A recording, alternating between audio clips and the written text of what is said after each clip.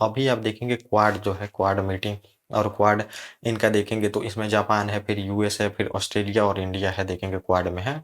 और क्वाड पूरी तरह से हिंद महासागर को क्या चाहता है कि खुले आवाजाही की प्रक्रिया हो सके, वैसे भी चीन को बताया जाता है घेरने का चीज़ें हो सके। तो इसमें यूएस चाहता है कि ये हमारे रिलेशन खराब ना हो, लेकिन मतलब इंडिया पे हमेशा दबाव बना के रखा जाए, देखेंगे तो दबाव भी बना के रखा जाए इसके लिए। तो अब होगा क्या है यहाँ पे जो मैंने अभी बताया, तो अब यहाँ पे रूस देखेंगे, रूस की एंट्री होती है। रूस हिंद महासागर वाले इलाकों में अभी यहाँ पे देखेंगे तो युद्ध अभ्यास भी हुआ था नौसेना का, यहाँ पे समझिए म्यांमार आया था, फिर वहाँ पे बांग्लादेश और इंडिया, फिर देखेंगे रूस, युद्ध अभ्यास भी हुआ था और नौसेना जो है रूस की यहाँ पे हिंद महासागर में गश्ती कर रही थी। तो अब यूएस को क्या लग रहा था कि एक छत्र राज्य उसका हो जाएगा, यहाँ पे क्वाड मीटिंग मतलब क्वाड को साथ में लाया है तो एक छत्र राज्य हो जाएगा, हिंद महासागर वाले में जो चीज़ें चाहेगा वो कर सकेगा।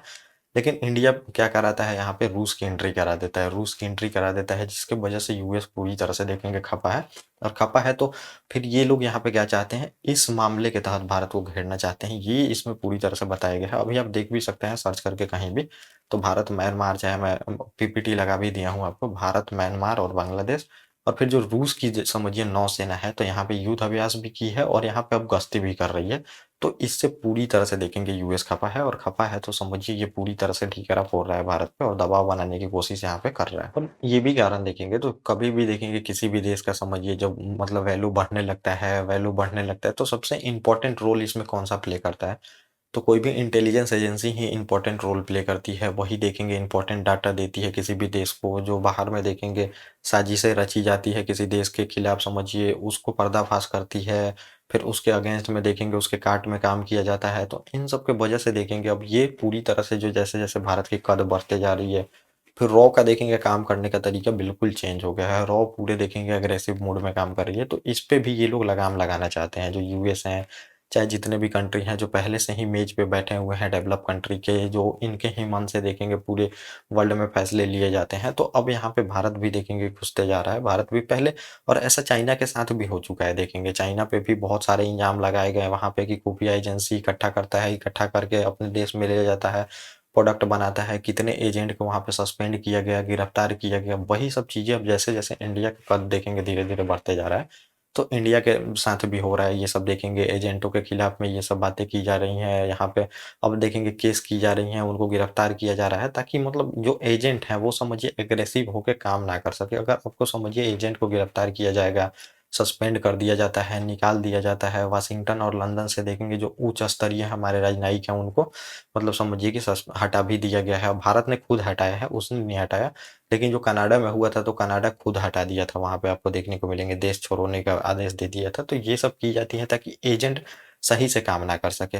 तो सही से काम नहीं करेंगे, खुफिया देखेंगे जानकारी नहीं इकट्ठा कर पाएंगे, तो कोई भी देश उतना तेज में नहीं मतलब फॉरेन पॉलिसी में काम कर पाता है।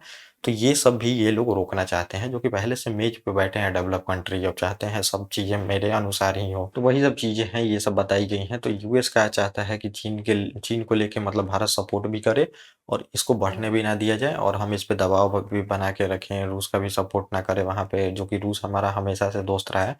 तो ये सब चीज़ें हैं, तो ये मतलब पहले भी बताया जा चुका है। अमेरिका के बारे में एक कोर्स भी है, देखेंगे तो अमेरिका की समझिए कि दोस्ती तो खतरनाक है ही, दुश्मनी सब जानलेवा साबित होती है, ये भी बताया गया है। तो दोस्ती ज़्यादा इससे अच्छी है नहीं, इसीलिए हम देखेंगे अपने रिलेशन को बैलेंस में करके चलते हैं। अभी देखेंगे ऐसा नहीं है कि हिंद महासागर में पूरी पॉलिसी है तो इनको ही सौंप दे, क्योंकि यहाँ पे पूरी तरह से मनमानी करने लगेगा ये देखेंगे। तो कुछ दिन पहले आप देखेंगे तो जो मतलब एक समझिए समुद्री मील का कॉन्सेप्ट होता है, 200 नॉटिकल मील तक आप नहीं आ सकते, उससे भी आगे आप देखेंगे तो अपना ही टेरिटरी माना जाता है, उसमें इकोनॉमी काम कर सकते हैं। फिर सेना का देखेंगे कुछ बटा होता है, तो उसमें क्या है, भारतीय इलाकों में देखेंगे बिना पूछे यूएस नौसेना आके घुस के फिर वहां से चली जाती है। तो इसको लेके भी मुद्दा यहाँ पे गर्म था, तो समझिए मतलब ये बात नहीं मानते हैं। तो ये मतलब इंडिया क्या चाहता है कि पूरी तरह से खुला इनको ही ना छोड़ दिया जाए कि यूएस ही पूरी तरह से इन इलाकों में कब्जे कर ले। तो इसलिए हम देखेंगे रूस को भी एंट्री देते हैं, तो इसको अब ये सब चीज़ें पसंद नहीं आ रही हैं, पसंद नहीं आ रही हैं, तो ये सब धंधा कर रहा है समझिए, मतलब कि ये सब नाटक यहाँ पे कर रहा है। तो ये कहानी बिल्कुल मनगढ़ंत है, और देखेंगे इसमें भी कुछ नहीं होगा, ये दबाव ही बनाएगा। और फॉरेन पॉलिसी में समझिए हमेशा बार्गेनिंग ही होती है, एक के बदले दूसरा चीज़ दिया जाता है। तो ये पूरा टॉपिक था जो मैंने आपको बताया। ओके गाइस, थैंक यू, और अब हम मिलेंगे अपने नेक्स्ट टॉपिक।